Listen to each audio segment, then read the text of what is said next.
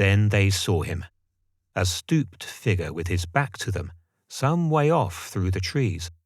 They shared uneasy glances and approached. Balagir noted that all the fruits were turned in on the cloaked man.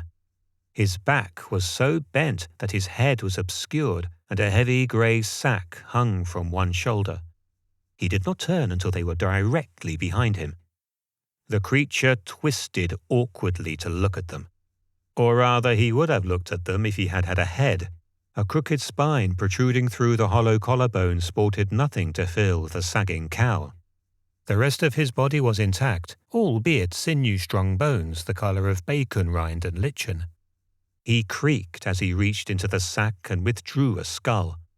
After some fumbling, he twisted it to the spine and, with a click, regarded them gravely. "Who impedes my work?" "Oh, we are wanderers, strayed from the path," Balagir answered pleasantly.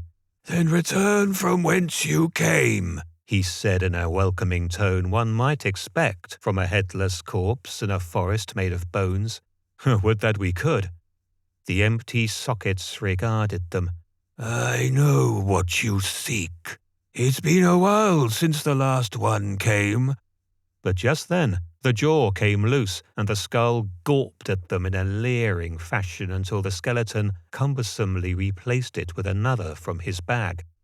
This was in better condition, but had the beginning of a bone tree sprouting from its forehead, enhancing its freakishness.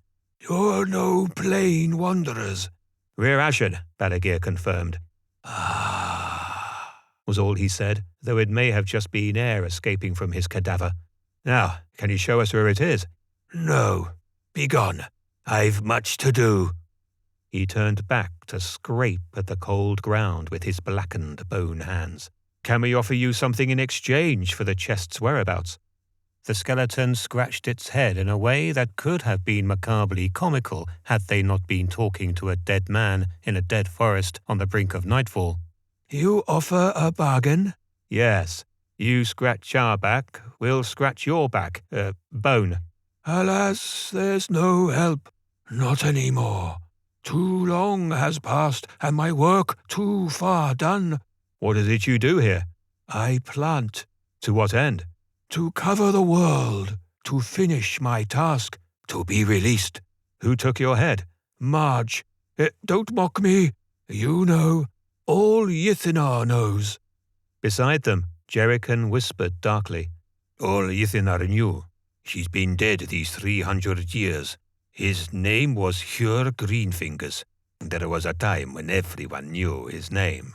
"You knew him?" Balagir asked. "Personally, no, but I've heard of him. He was famously punished by the Askaba March. If you believe the stories, he was palace gardener in Osgar. Tale goes that he murdered the young duns." "Murdered?" "More gratuitously, he chopped off their heads with his hoe." They looked back at the stooped skeleton, scraping in the frozen dirt. Suddenly any comical aspect of the tree-headed man had gone. "Marge gave him an apt punishment, it seems," Balagir surmised. "And the forests?" Kiela asked. The Lich shrugged. "You'd have to ask him that." Clearing his throat, Balagir broached the subject. "I'll have my head when my forests cover Yithinar," Planter said, somewhat hollowly. "It's used as a flower vase, I believe, or so the nursery rhyme goes. Never let it be said that the Askaba lack a sense of irony." "I may lack ears, but I can hear you well enough." "Then hear our proposal," Balagir announced. "Show me the chest, and I'll accept an oath to return your head." The Lich shifted uneasily. "You think this wise? His first victim was in a cradle." "Still, it was a long time ago, and leaving without the chest is not an option. This Askaba, you sure she's dead?" "Certain. Askaba are strange ones, but they lack my curse, or your blessing for that matter. Siskin is their leader now, and, if my reckoning is exact, 8 others have led in the interim. Still, I do not expect Siskin to gladly grant it." "Upsetting the Askaba could be no worse than having this morbid forest spread much further." "Be it on you," Jerican said, stepping aside. "How do I know you'll honor your word?" Planter asked. You know what happens to an Ashen who breaks an oath. I have no leeway for treachery. Pure Green Fingers stood for a long time in silence, nodding as if he recalled something. Much is gone? He queried at last. Quite gone. He re-shouldered his bag and straightened with a creak. Follow me, he concluded. Down here, he instructed, descending with surprising confidence for one with no eyes. There, at the bottom of a ravine in the day's waning light, sat a chest. Like everything else, it rested on a pile of bones.